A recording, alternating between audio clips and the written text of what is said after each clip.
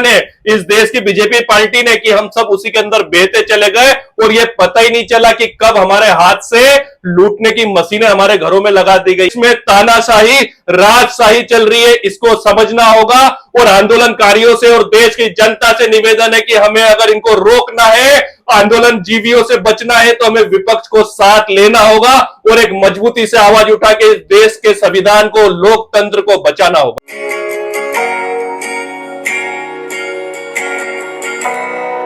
Smart meter है क्या? लोगों को लूटने की मशीन। ये वही व्यवस्था है जब 26% कांग्रेस के टाइम में था, तब चारों तरफ पूरे देश में विरोध विरोध की लहर कर दी थी। और आज बीजेपी आती है तो उसी एफडीआई को 100% कर दिया जाता है और ये सब गुलदस्ते ले लेके स्वागत कर रहे हैं उसका।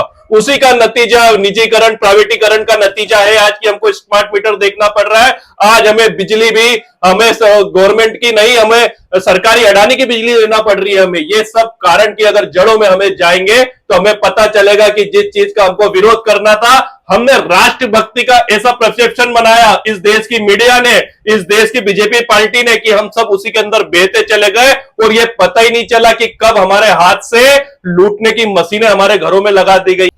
आज हम देख रहे हैं कि स्मार्ट मीटर से असीमित बिल आ रहा है।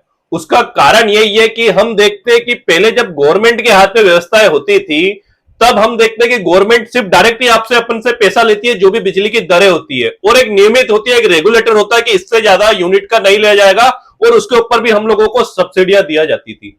पर अभी हम देख रहे हैं कि असीमित, ना कोई सब्सिडी है, ना कोई गवर्नमेंट की पॉलिसी है। गवर्नमेंट को जो देना है वो तो देना है, उसके ऊपर जीएसटी से लेकर कई तरह के टैक्स, और उसके ऊपर जो प्राइवेट की जो दरें रहेगी वो अपने हिसाब से तय करती है उनका खर्चा निकालने के बाद। यानी इसका मतलब है कि एक तरह से पूरे का पूरा सिस्टम एक उस व्यक्ति के हाथ में चला जाता है जो तय करता है कि आपकी जेब में से कितना पैसा मैं लूट लूं।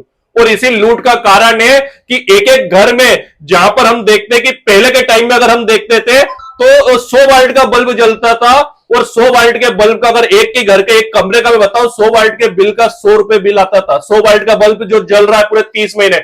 और आज हम देखते हैं कि 40 वाट या 20 वाट की एलईडी सबके घरों में लगी हुई है और बिल 1000 रुपए आ रहा है। तो ये मूर्ख बनाया जा रहा है, क्योंकि आज जितने भी हम इलेक्ट्रॉनिक सामान देखते हैं, हम बोलते हैं कि इलेक्ट्रॉनिक सामान, उनके हम वाट देखेंगे कि कितना यूज हो रहा है, तो उन सबके कम वाट में यूज आ रहा है आजकल, क्योंकि ऐसी टेक्नोलॉजी के बन रहे हैं और उसके बाद बिल बन रहे उससे 3 गुना ज्यादा। तो ऐसा क्या हो गया? ऐसा इसीलिए हुआ कि हम लोगों ने इन लोगों को बुलवाया, हम लोगों ने निजीकरण के फायदे सुने, हम लोग निजीकरण का साथ देते गए, हम 100% एफडीआई हो गई, हम चुप हो गए, हमने विपक्ष का साथ दिया नहीं, हमने व्यापारियों की, पूंजीवादियों की सरकार बना दी, तो हमें यह सब भुगतना होगा।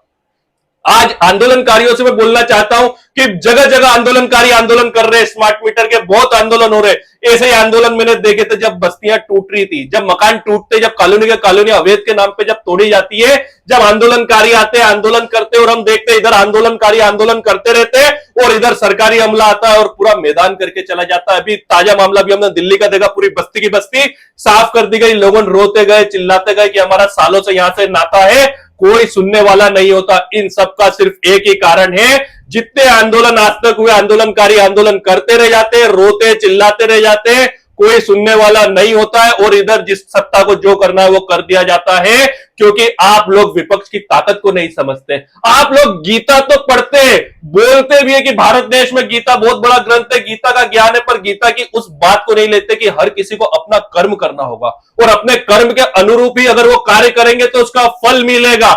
अब मुझे बताइए कि आंदोलनकारी खुद ही छोटे छोटे लेवल पे आंदोलन कर रहे हैं। अरे आंदोलन करना तुम्हारा काम नहीं है, आंदोलन करना विपक्ष का काम है। इस देश में सत्ता जब भी घमंड में आएगी और मनमानी करेगी तो उसको रोकने का काम विपक्ष का है, और इस देश का विपक्ष कांग्रेस पार्टी और सभी इंडिया गठबंधन के लोगों ने, आंदोलनकारियों को तो उनकी ताकत बनना है, आप लोगों को विपक्ष की ताकत बनना है, आप लोगों को राहुल गांधी की ताकत बनना है, तब जाकर हम लोग कोई बड़ा आंदोलन कर पाएंगे। और ये देश, क्योंकि विपक्ष का नेता जो होता है लोकसभा के समकक्ष पद रखता है संविधान के अंदर, और वो जाके प्रधानमंत्री से आंख में आंख डाल के पूछ सकता है कि बताओ कि देश की जनता ऐसी हो रही है और तुम अपनी दोस्ती यारी अडानी से निभाने के चक्कर में स्मार्ट मीटर के नाम पे गरीबों को बिल्कुल मिटाने का काम कर रहे हो। गरीब बिल नहीं भर पा रहे, लोगों को वापस लालटेन वाले जमाने में लेकर जाना चाहते हो कि हम दिया जला ले और ये लाइटें बंद कर दे, दिया बत्ती पे हमको लाना चाहते हो, क्योंकि अगर बिजली नहीं होगी तो इस देश का गरीब का बच्चा पढ़ नहीं पाएगा।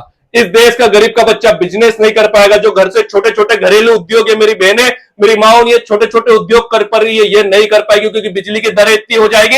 ये जो आज पेन बनाने से लेकर जो भी घर पे जो चीजें बना रही है, पापड़, अचार, मसाला जो बना रही है, अगर उसकी लागत बढ़ जाएगी, बिजली का बिल बढ़ जाएगा, तो वो मार्केट में खरीदेगा कौन? तुम लोगों से। तो तुम्हारे धंधे नष्ट करने के लिए बिजली की दरें बढ़ाई जा रही है।